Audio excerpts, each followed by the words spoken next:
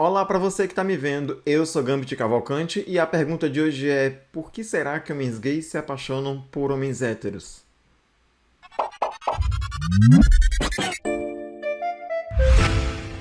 Essa semana eu tava no banco do carona no carro de um amigo meu e não demorou muito, a gente começou a falar sobre homem.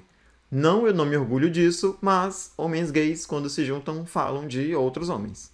Papo vai, papo vem, começaram a aparecer as nossas preferências e foi um pulo, a gente estava debatendo aí a exaltação da masculinidade e eu achei que seria interessante trazer essa conversa aqui para ter com vocês. É muito provável que qualquer homem gay que esteja me vendo agora já saiba aí mais ou menos onde é que eu quero chegar.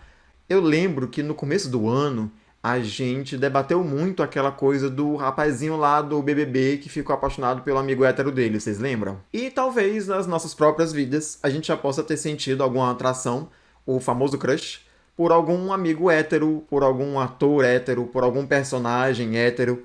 E tá tudo bem, tá? Isso não é uma crítica. Mas aí, por que será que isso acontece?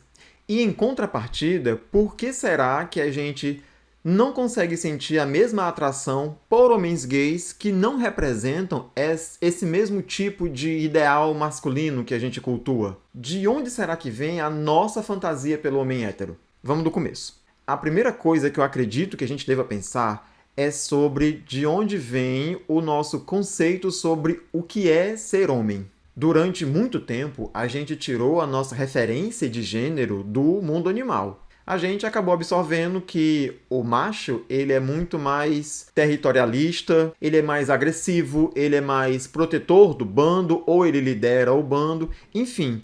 O macho ocupa um lugar de poder. Ele é detentor do poder. Daí não precisa fazer muita força para a gente entender como durante muito tempo isso se refletiu na nossa educação.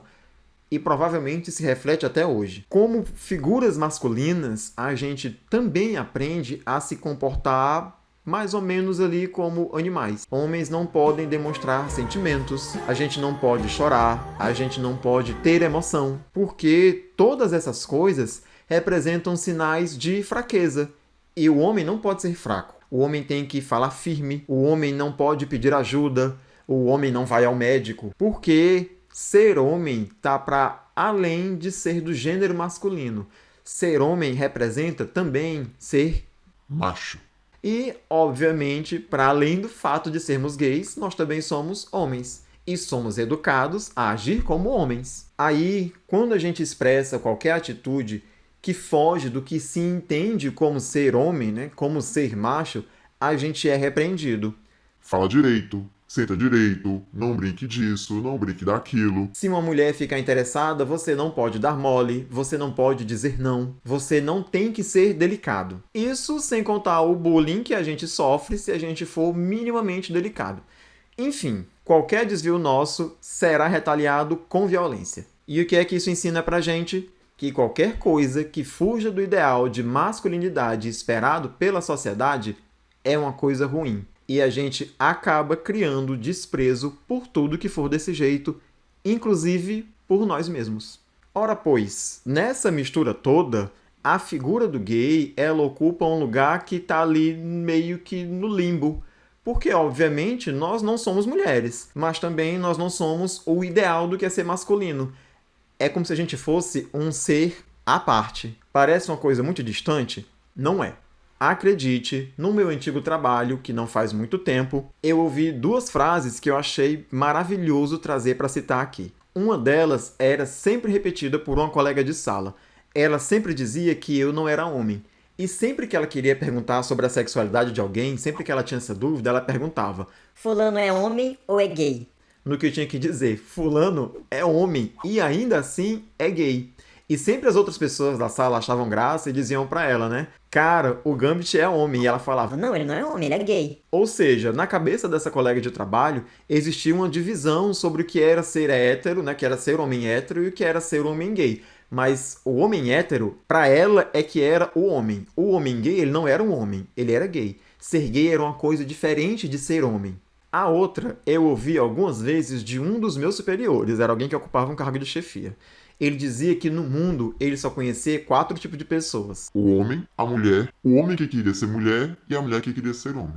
Ou seja, para ele, todos os homens gays eram homens que queriam ser mulheres, o que é uma afirmação completamente equivocada. Mas isso tudo é só para a gente entender como é que funciona mais ou menos o conceito social do que é ser homem e como isso não está atrelado apenas ao nosso gênero, né? Como socialmente isso está atrelado a um conjunto de atitudes que exalta o que é masculino e que reprime o que é feminino. Dentro desse entendimento, acaba que nós, homens gays, somos associados, na maior parte das vezes, a figuras femininas.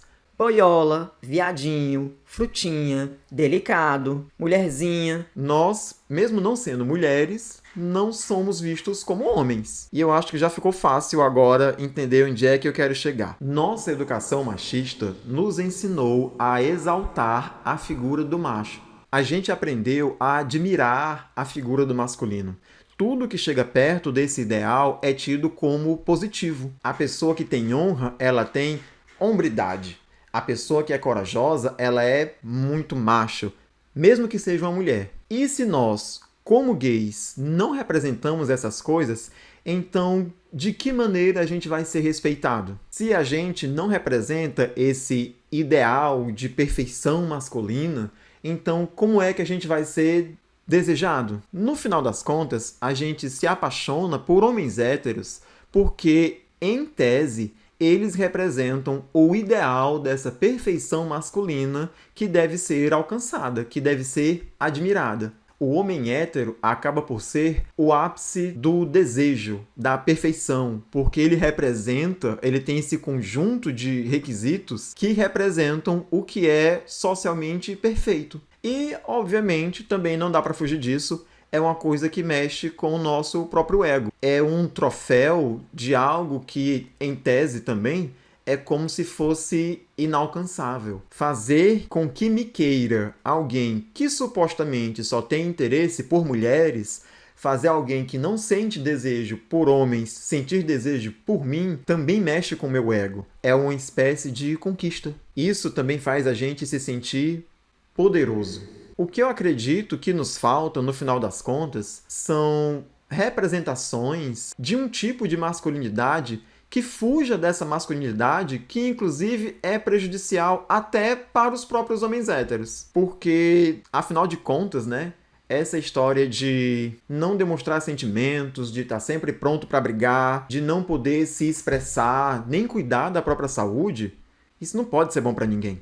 Ao passo que, enquanto gays, a gente também precisa de referências saudáveis do que é ser homossexual. Algo que ensine pra gente que não tem nada de errado, que não tem nada de ruim ser do jeito que a gente é. Algo que ensine pra gente que nós somos sim pessoas desejáveis, mesmo com os nossos trejeitos, com a nossa voz, com a nossa maquiagem, com o nosso jeito de falar, de se mexer, de dançar. Algo que nos ensine que nós podemos ser pessoas amadas sem que a gente precise engrossar a voz ou usar uma roupa que a gente não gosta, mas porque ela obedece um padrão de masculinidade social. O que eu acredito é que a gente precisa aprender a valorizar nós mesmos, para que talvez a gente consiga se apaixonar por pessoas que são mais parecidas com a gente e pare de endeusar pessoas que, na maioria dos casos, tratam a gente como se a gente fosse nada.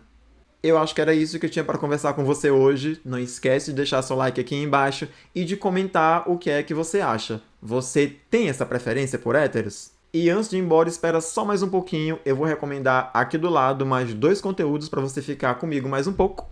A gente se vê no próximo vídeo.